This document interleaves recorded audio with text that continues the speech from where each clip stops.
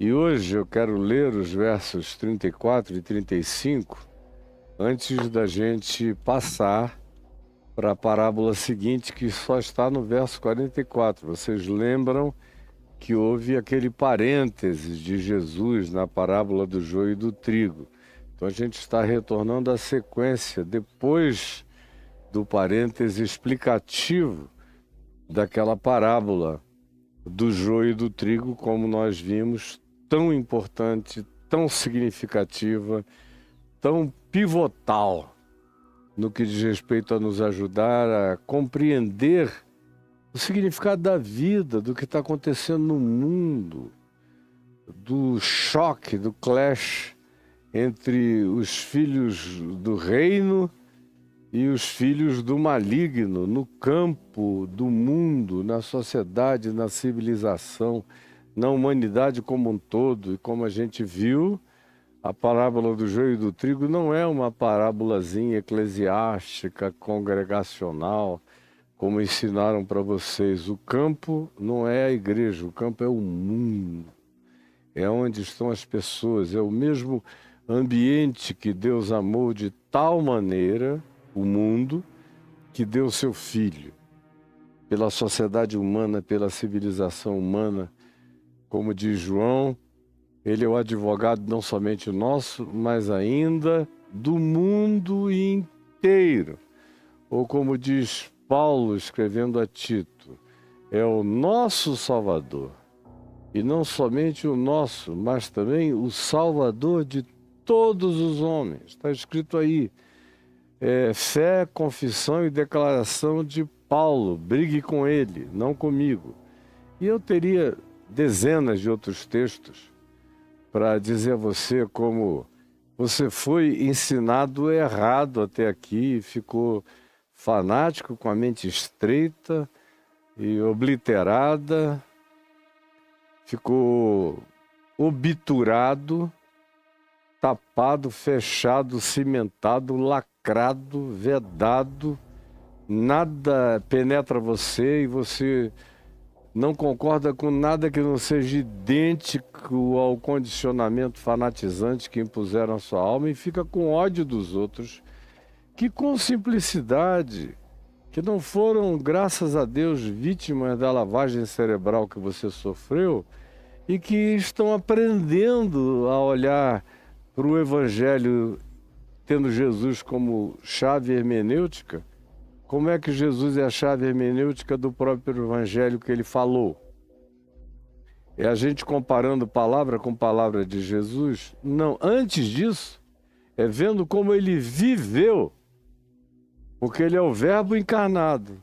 Então não há uma palavra, um mandamento, uma parábola, um ensino de Jesus que ele não tenha encarnado, vivido e praticado. Então, até para eu entender as palavras dele, eu não preciso de aramaico, grego, isso e aquilo. Basta uma observação simples, aprendendo como ele tratou as pessoas. E aí você entende o significado dos mandamentos que ele deu, vendo a prática disso na vida dele. Pois bem, fechado esse parêntese, a gente viu no interregno da parábola do joio e do trigo, depois que ele contou a parábola substantiva, sem explicação, teve aquela abordagem dos discípulos. Explica-nos a parábola do joio. Mas antes, há uma explicação nos versos 34 e 35, dada pelo escritor do Evangelho, Mateus, explicando por que Jesus se servia de parábolas. Isso é importante do ponto de vista de um ensino simples, básico e de uma informação que pode ser extremamente útil e necessária a todos nós. Aqui está dito todas estas coisas, se referindo às parábolas, no contexto antecedente, a do fermento, a do joio e do trigo, enfim, a do semeador. Todas estas coisas, disse Jesus às multidões, ao povão. Ele respeitou a capacidade cognitiva do povo. Sabia que o povo entendia charge, cartoons, gibis, melhor do que as elites religiosas, toscas, letristas, fanáticas, que não queriam aprender nada que não fosse escrito nas escrituras do Velho Testamento e fechavam a cabeça para qualquer outra luz, sabedoria, entendimento, compreensão, bom senso, percepção, que adivinham de muitas outras fontes igualmente informativas, igualmente úteis, igualmente necessárias. E tampouco eles se davam, os religiosos elitistas fanáticos, a observação dos fenômenos da vida, da existência, do universo, da natureza, da botânica e dos fenômenos variados que Jesus usa de maneira ilustrativa nas parábolas dele para carregar mensagens que pudessem ganhar um nível de percepção e de fixação e de apropriação por parte das multidões, que era o interesse dele, era comunicar essa pedagogia perene e duradoura que engravidasse a memória daquela geração e que a partir daquela geração fosse transmitida a outros de maneira oral. E é por isso que o nosso amigo Joaquim Jeremiah, um grande especialista acadêmico que eu respeitei muito como homem piedoso e amigo de alguns amigos meus pessoais que eu respeitei e venero a memória santa da vida deles até o dia de hoje, como o meu querido John Stott, como o meu amigo Andrew Kirk, como vários outros na Inglaterra, que foram pessoas de natureza acadêmica piedosa, bíblica, neotestamentária, cristocêntrica, como o meu amado John Stott, que já está na glória. Pois bem, o Joaquim Jeremias deu a melhor de todas as explicações sobre por que Jesus usava parábolas a partir de um elemento muito simples relacionado ao fato de que quando você pega o texto grego aqui, por exemplo, de Mateus, e meticulosa, acurada, cuidadosa e etimologicamente de maneira atenciosa, faz a conversão do texto, que está aqui em grego, já em segunda mão, porque Jesus falava aramaico e não grego, e nem falou o que falou em hebraico, mas em aramaico, que era a língua do povo.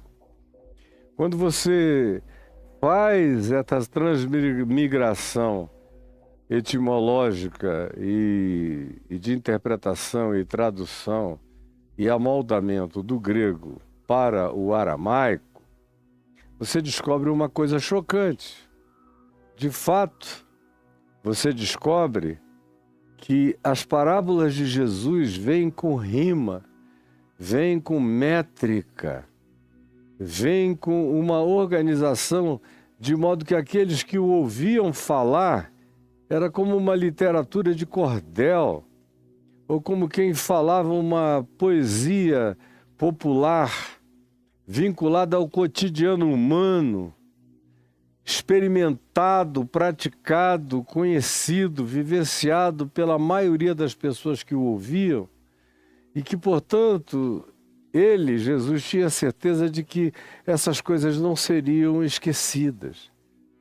Ele preferiu que, ao invés de você ficar tirando fotografia dos eventos, que você prestasse atenção no que estava sendo proposto e guardasse no coração. Essa é a psicologia cognitiva imediata de Jesus. Por quê? Porque tinha smartphone para gravar e copiar nos dias dele? Não. Mas tinha os smartphones usados naquela época, que eram os escribas, os escrivãos dos mestres, dos rabinos, das autoridades religiosas, dos filósofos, todos eles, incluindo os políticos, andavam acompanhados dos seus escribas, que anotavam todas as coisas que essas pessoas falavam, todas as coisas, de modo que havia ata de tudo, mas Jesus não. Jesus nunca se importou com as atas escritas. E a única alusão que a gente vê a Jesus escrevendo alguma coisa é na areia, em João no capítulo 8. E quando ele acaba de escrever, ele apaga. Porque outra vez ele tem um cuidado enorme para que até as letras dele não sejam fetichizadas.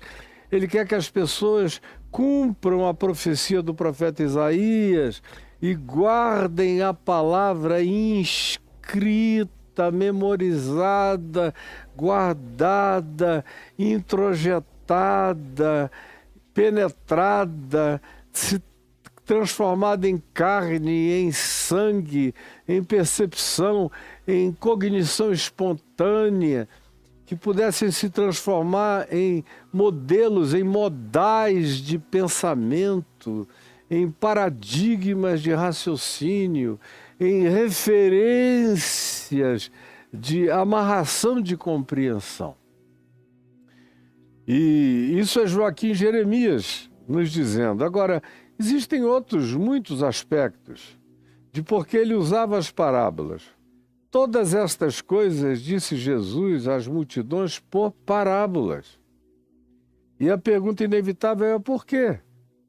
Por que que sem parábolas nada lhes dizia? É para tornar impossível a compreensão ou para tornar perene o entendimento? Me responde. É para tornar impossível, é para dificultar a compreensão do povo? Jesus sempre facilitou tudo que dizia a respeito à compreensão do povo. Você só vê Jesus trabalhando com categorias que demandavam o exercício cognitivo, da sutileza mental, interpretativa, epistemológica, o desenvolvimento da compreensão, a boa vontade e o bom humor para o entendimento.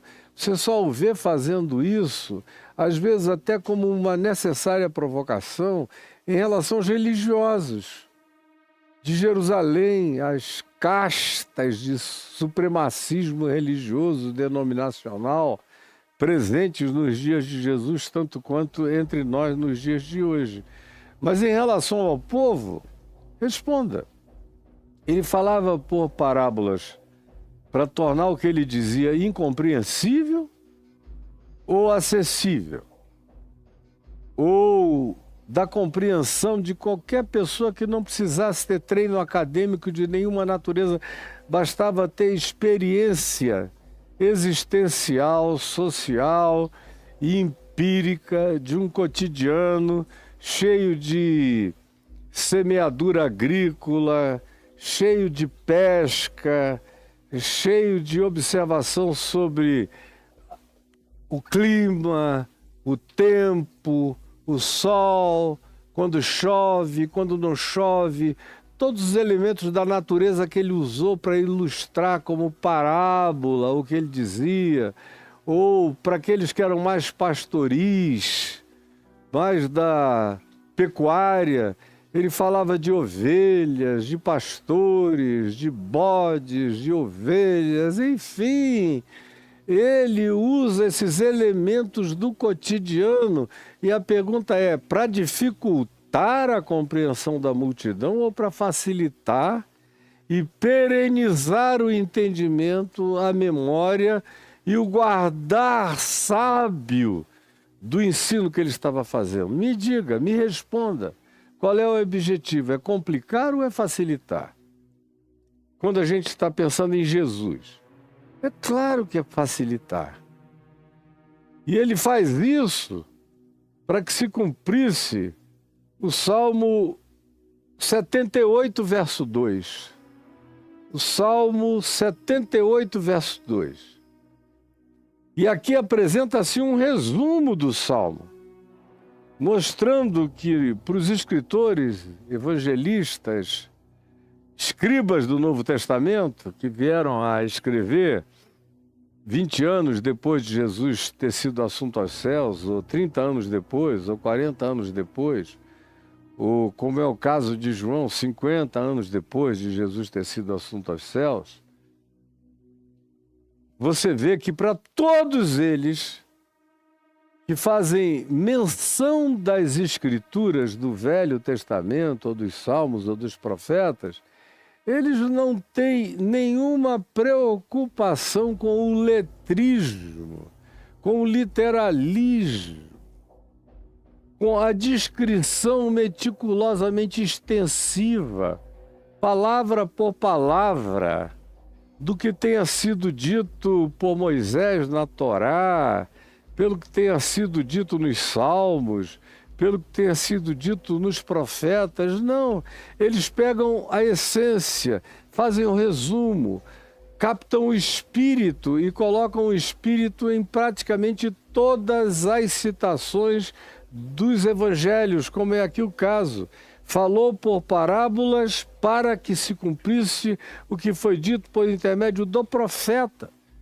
Não tem nem a acurácia de chegar e dizer pelos salmistas, ou pelo salmista, porque para eles, aquilo que era válido no Velho Testamento, aquilo que Jesus validou, separou, ilustrou, evocou do Velho Testamento, já estava interpretado pela prática simples, gestuada, encarnada, vivida por Jesus, para além de exegeses do hebraico ou de meticulosidades do tamanho textual a ser exatamente puxado da antiguidade para a contemporaneidade dos evangelhos. Não, eles sabem que as palavras de Jesus não são letra, que, como Paulo disse, a letra mata.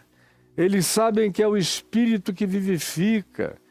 Eles vieram aprender o que Jesus disse, que essas coisas materiais, incluindo letras, carne, sangue e descrições por extenso, para nada aproveitam. O que aproveita mesmo é a captação da essência, do espírito do ensino. Por isso Jesus diz em João, no capítulo 6, a carne para nada aproveita. As minhas palavras não são letra, nem carne, nem livro, nem escritura. As minhas palavras são espírito e são vida. Você tem dificuldade de aceitar o que Jesus disse, mas foi o que Jesus disse. Contra tudo que você aprendeu, foi isso que ele disse. Pois bem, o verso 35, corroborando o que eu estou dizendo, diz: para que se cumprisse a Escritura e o que foi dito através do profeta. Aí você fica esperando uma citação de Jeremias, de Isaías, de Daniel, de Ezequiel, de Oséias, de Miqueias, de algum desses profetas, de vez em quando mencionados no Novo Testamento, mas não. A alusão ao que o profeta disse é uma generalização vinculada ao Salmo 78, que eu terei prazer em ler para você. Olha só o que diz o Salmo 78. Diz o seguinte: escutai, povo meu, a minha lei ou a minha palavra. No caso de Jesus, aqui como chave hermenêutica, Jesus como chave hermenêutica interpretativa, a minha lei é o Evangelho. A lei do Senhor é o Evangelho do amor de Deus em Cristo Jesus. Para você entender o significado de lei agora, lendo os Salmos, você precisa ler com Jesus como chave hermenêutica, porque ele não está mais remetendo você para Moisés, nem para a Torá, nem para Josué, nem para os juízes, nem para nenhum desses arcabouços, alguns vencidos, outros em utilidade porque são coerentes com os evangelhos e o Novo Testamento e a prática de Jesus, outros simplesmente ilustrativos historicamente de um tempo primitivo que passou.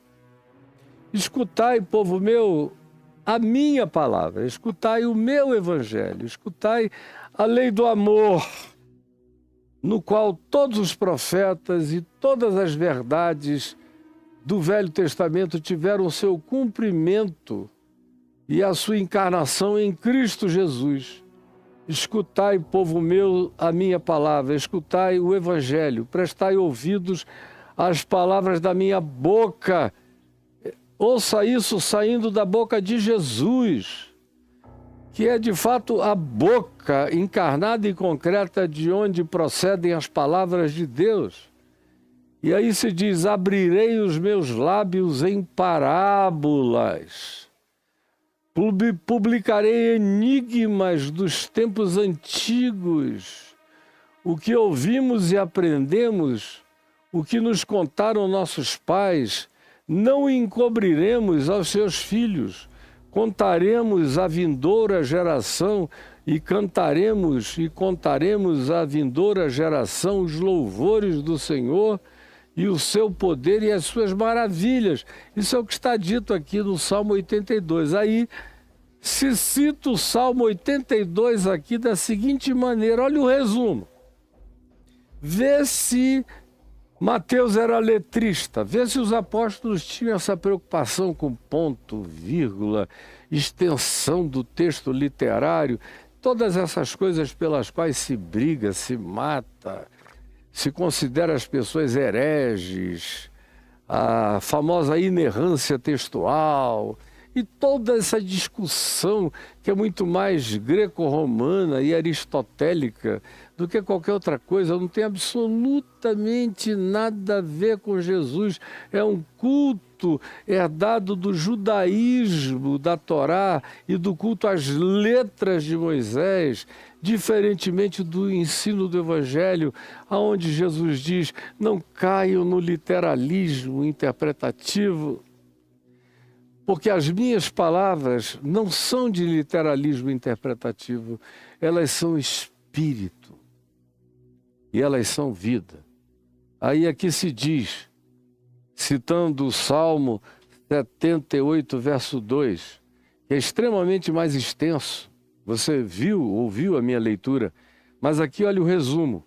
Abrirei em parábolas a minha boca e publicarei coisas ocultas desde a criação do mundo. Isso no Salmo leva 2,5 versículos para ser dito.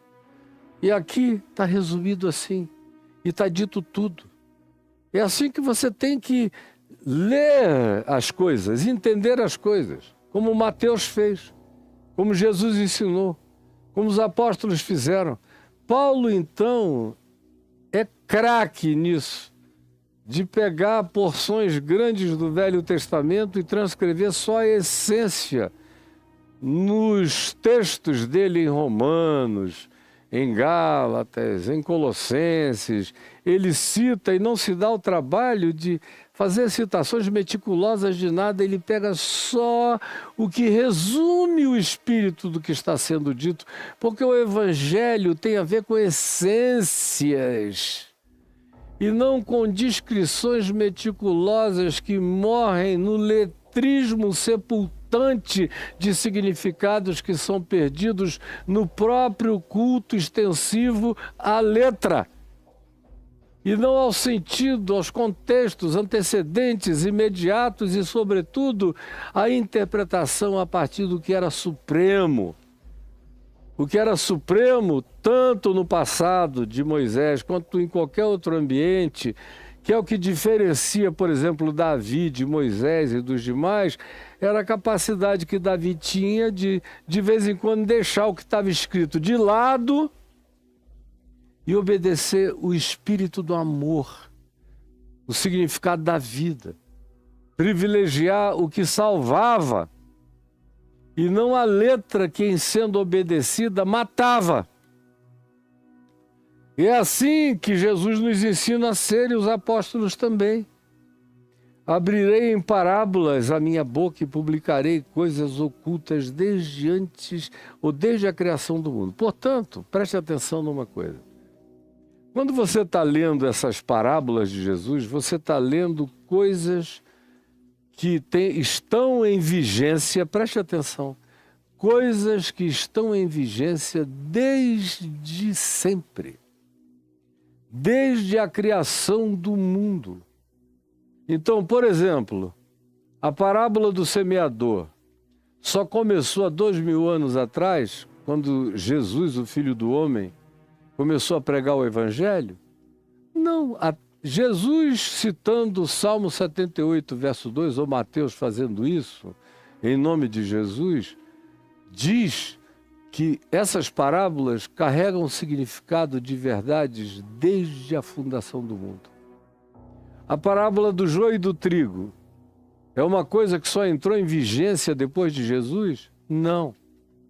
Ela está em vigência desde os primeiros humanos e hominídeos, desde antes da fundação do mundo.